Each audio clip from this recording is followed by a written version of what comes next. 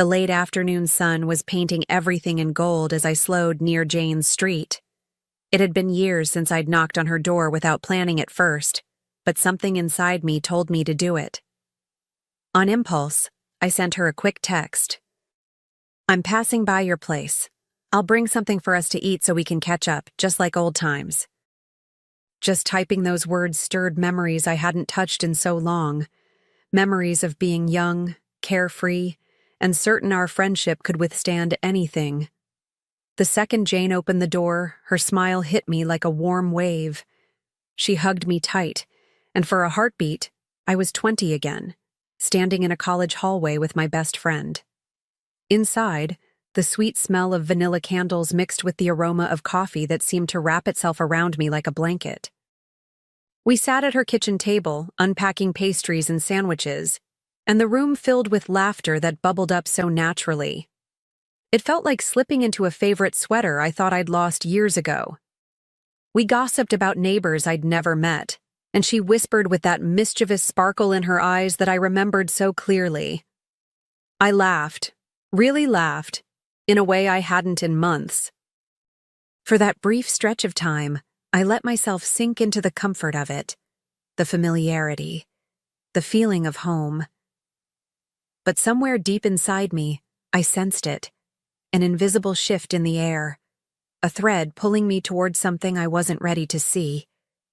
Jane leaned across the table, lowering her voice like we were back in our dorm, trading secrets no one else could ever hear. She had that sparkle in her eyes, the one that made even the most ordinary gossip feel like a grand revelation. I watched her hands as she spoke, still animated, still expressive, and I thought about how many years of my life had been marked by those gestures. It felt safe, familiar, like no time had passed at all. As she laughed, I caught myself studying her face in the glow of the kitchen light. There were faint lines now, subtle reminders of years lived and battles fought, but the essence of her was untouched. She was still Jane, my Jane, the girl who once held my hand through heartbreak, who snuck me into late-night parties, who swore we'd never let life make us strangers. My chest tightened with a strange mix of gratitude and longing. I had missed this more than I realized. We poured coffee, the steam curling upward as if to stitch the past to the present. The rich aroma filled my senses, grounding me in this moment. For a while, nothing else mattered. Work deadlines, marriage duties, the weight of adulthood all seemed to slip away. I just wanted to hold on to this fragile pocket of joy, where friendship felt untouched by time. But little did I know, this very comfort was setting me up for the sharpest cut of all. Jane disappeared into the kitchen for a moment, rummaging for extra plates, and I leaned back in my chair, just soaking it all in. The hum of her refrigerator, the clink of dishes, the faint scent of lemon cleaner, it all wrapped around me like the soundtrack of an old memory. I felt suspended between who we were and who we'd become, as if the years in between had folded away like paper. When she returned, she plopped down beside me with that same carefree energy, sliding a plate across the table. We dug into the pastries, laughing so hard that tears pooled in my eyes. It was like reclaiming a piece of myself I'd forgotten, a part untouched by responsibilities, by routine, by disappointments I rarely admitted to anyone.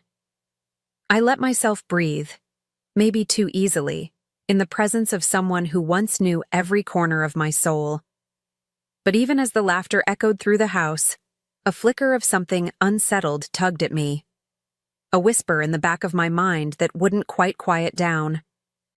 I brushed it aside, convincing myself it was nothing, just a trick of nostalgia making me overly sensitive. Still, deep down, I felt it. The calm before a storm I didn't yet know was heading straight for me. Jane excused herself with a laugh, saying she'd only be gone a minute. I nodded, sipping my coffee as her footsteps faded down the hall. That's when her phone, sitting carelessly on the table between us, buzzed once. Then again. Then again. The vibrations rattled against the wood, each one louder than the last, like a heartbeat I couldn't ignore. At first, I leaned forward only to glance at the screen, thinking I'd tell her someone was trying to reach her. But the moment my eyes caught the name glowing in bold letters, my body stiffened. Michael. My Michael. My husband's name, as clear as daylight. A rush of heat tore through me, the kind that makes your skin prickle as if you've been burned from the inside out. And then the words, line after line flashing before my eyes, promises of late nights, stolen moments, confessions of desire so raw I felt sick. Words he never whispered to me, not even once. My pulse roared in my ears, drowning out everything else. My throat went dry, but my face stayed frozen, calm, unreadable. Because if Jane walked back right now, she would never know my world had just collapsed in silence. My hands itched to grab the phone, to scroll further, to rip open every secret they'd ever exchanged. But I didn't move. I just sat there, staring at those glowing words until they blurred, until my chest ached like I'd been punched. Inside, I was unraveling. Outside, I looked like a woman sipping coffee, waiting for her friend to come back from the bathroom. I thought of every night Michael had kissed me goodnight, every promise he'd made about loyalty and love, every time he swore I was his only one. And here it was, the truth, spelled out in emojis and half-sentences, vulgar and shameless. Each vibration felt like another nail hammering into my ribs, sealing me into a coffin of betrayal I hadn't asked to climb into. Yet even as my stomach twisted, I forced my body into stillness. No trembling hands, no tears, no sharp inhale that might give me away. I swallowed the storm, burying it so deep that not even Jane, with all her history of reading me like an open book, would catch on. Because this moment, as painful as it was, wasn't the ending. No. It was the start of something far colder, sharper, and deliberate. I heard the soft flush of the toilet, the creak of the bathroom door opening, and in that instant, I forced myself to look away. My eyes shifted back to my coffee, my posture easy, casual, like nothing in the world had changed. By the time Jane's footsteps approached, my lips had already shaped into a smile, the kind I'd practiced my whole life when hiding pain. She walked back in, chatting about something mundane, completely unaware that her phone had just betrayed them both. I nodded, laughed in the right places, even reached for another bite of pastry. All the while, those words pulsed in my mind like a second heartbeat. I could almost hear Michael's voice, not speaking to me, but to her.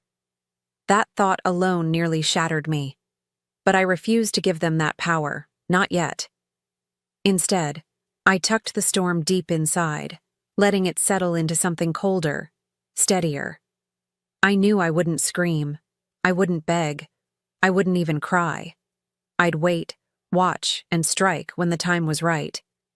Because this wasn't over. No, this was only the beginning of a decision I'd already started making in silence.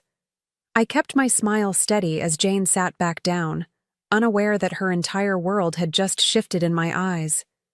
She poured more coffee, her laughter light, and I matched it, beat for beat. Inside, though, I was hollowed out, scraped clean by the blade of betrayal.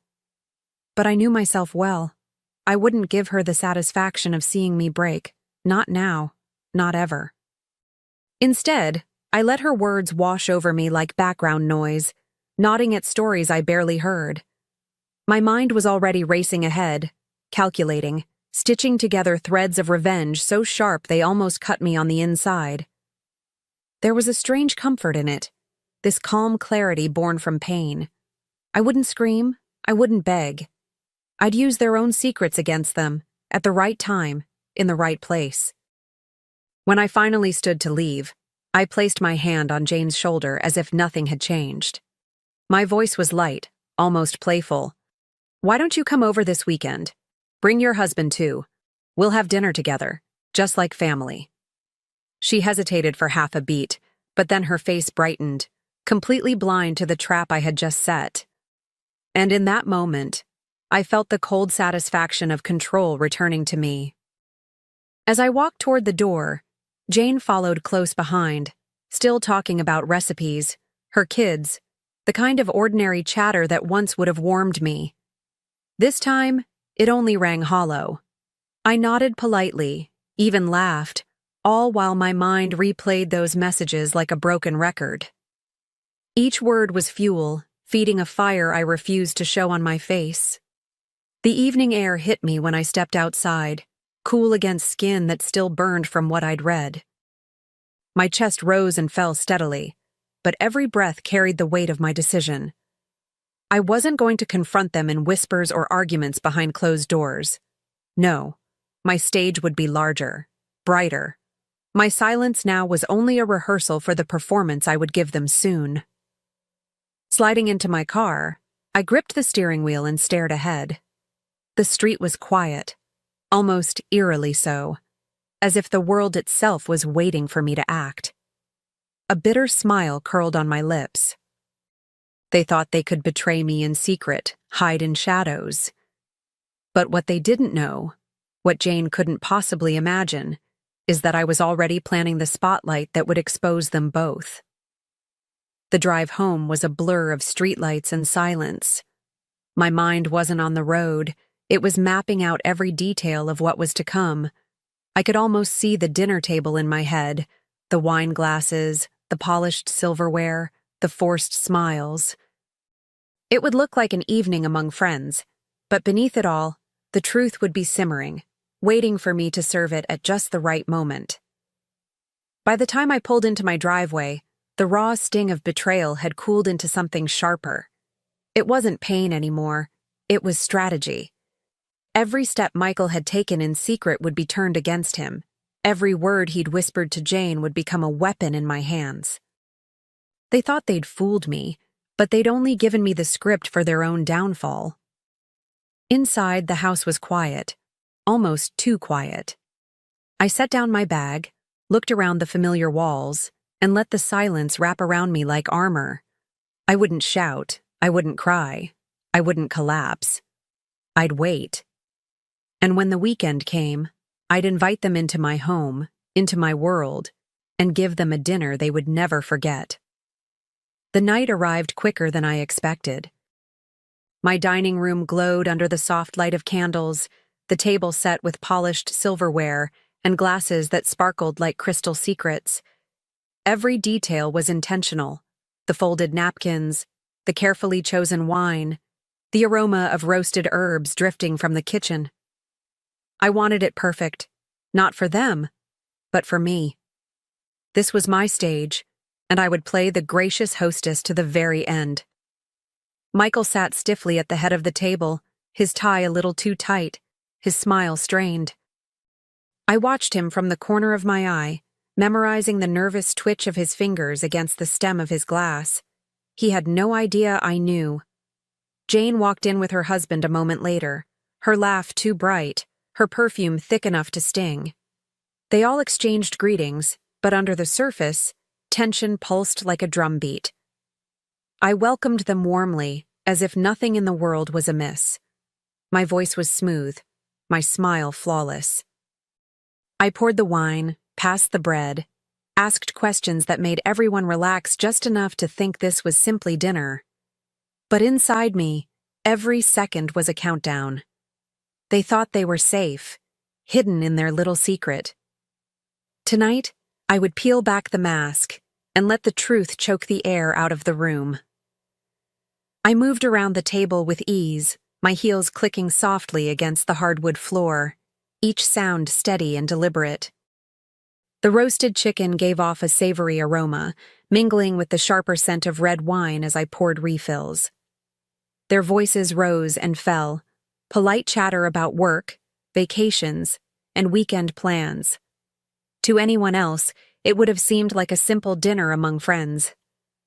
But I could feel the undercurrent, a heaviness only I recognized. Jane avoided my eyes when she spoke, focusing instead on her plate or on her husband's casual remarks. Michael tried too hard, his laughter coming a beat late, his compliments too rehearsed. I studied them both, every glance, every shift in tone, like an audience member who already knew the ending of the play. The silence between their words was louder than the words themselves. I let them all believe the evening was ordinary. I asked about Jane's kids, nodded along to Michael's story about work, even threw in a laugh or two that sounded convincing enough. But beneath my calm surface, anticipation curled in my stomach. It wasn't nerves, it was readiness. Every gesture, every smile, was one step closer to the moment I had been planning since the afternoon I discovered their little secret. When the plates were nearly cleared and the wine glasses half empty, I lifted mine and gently tapped it with a fork. The sound rang sharp and clear, silencing the table in an instant.